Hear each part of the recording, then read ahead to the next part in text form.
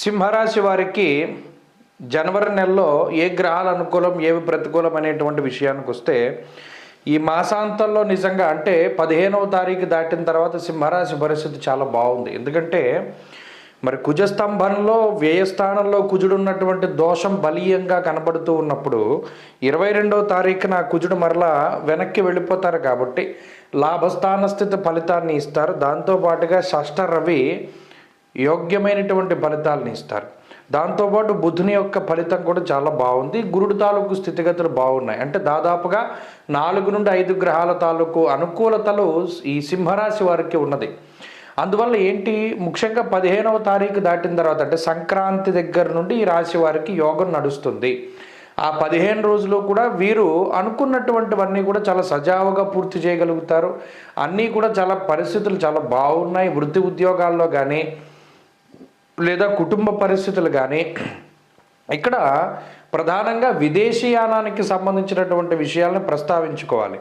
ఎవరైనా ఇక్కడ నుండి వేరే దేశానికి వెళ్ళాలి లేదా వేరే దేశం నుండి ఇక్కడికి రావాలి అనే ప్రయత్నాలు చేస్తూ ఉన్నారో ఆ ప్రయత్నాలన్నీ కూడా చాలా ఫలించడానికి అవకాశం ఉంటుంది. అంతేకాకుండా ఆర్థిక సంబంధమైనటువంటి ప్రగతి, భూ క్రయ విక్రయాలు, ఇళ్ళు స్థలాలు పొలాలు వీటి అమ్మకాలు కొనుగోలు కానీ ల్యాండ్ డిస్ప్యూట్స్ కానీ లేదా కోర్టు కేసులు కానీ లేదా ఏదైనా ఈ వివాహానికి సంబంధించినటువంటి ఏదైనా కోర్టు డిస్ప్యూట్స్ కానీ ఇవి ఉన్నట్టయితే వాటి నుండి చాలా తొందరగా బయటపడడానికి కూడా ఈ గ్రహస్థితి ఉపయోగపడుతుంది. అలాగే తోబుట్టువులతో ఉండేటువంటి సఖ్యత పెరుగుతుంది. సంతానానికి ఉండేటువంటి సమస్యలు తగ్గుతాయి. ఇలా ఈ వారం లేదా ఈ 15వ తారీఖు దగ్గర నుండి 2 వారాలు ఉన్నటువంటి గ్రహస్థితి అంతా కూడా ఈ సింహరాశి వారికి చాలా బాగున్నది. కాబట్టి గుర్తుపెట్టుకోవాల్సింది ఏంటంటే సంక్రాంతి వరకు ఉండేటువంటి స్థితిగతులు కొంత ప్రతికూలంగా ఉన్నాయి. కాబట్టి అంటే పంచమంలో రవి అది కూడా పెద్ద ప్రతికూలం కాదు. వ్యయకుజుడు పంచమ రవి ఉన్నటువంటి స్థితి ఏమవుతుంది అంటే కొంత అనాలోచితమైనటువంటి నిర్ణయాలు, ఆవేశపూరితమైనటువంటి నిర్ణయాలు తీసుకోవడానికి అవకాశం ఉంటుంది. అదొకటి చిన్న సమస్య. అందువల్ల ఆ విషయాన్ని ఒకటిని దృష్టిలో పెట్టుకుని దాన్ని ఓవర్కమ్ చేయగలిగితే సింహరాశి వారికి చాలా అద్భుతంగా ఉంటుంది.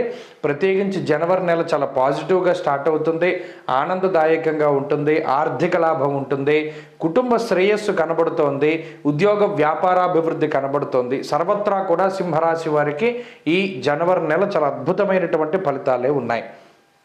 అయితే ఇందులో కూడా కొన్ని గ్రహాలు ప్రత్యేకించి సప్తమంలో శని శుక్రులు వీరేం అనుకూలమైన గ్రహాలు కాదు. అష్టమంలో ఉండేటువంటి రాహు ఇది కూడా పెద్ద అనుకూలమైన గ్రహం కాదు. అయినప్పటికీ కూడా ఈ అష్టమ రాహు దోషాన్ని లేదా శని శుక్రులు ఇచ్చేటువంటి కొంత ఇబ్బందికరమైనటువంటి పరిస్థితిని దాటడానికి ఛాన్స్ ఉంది.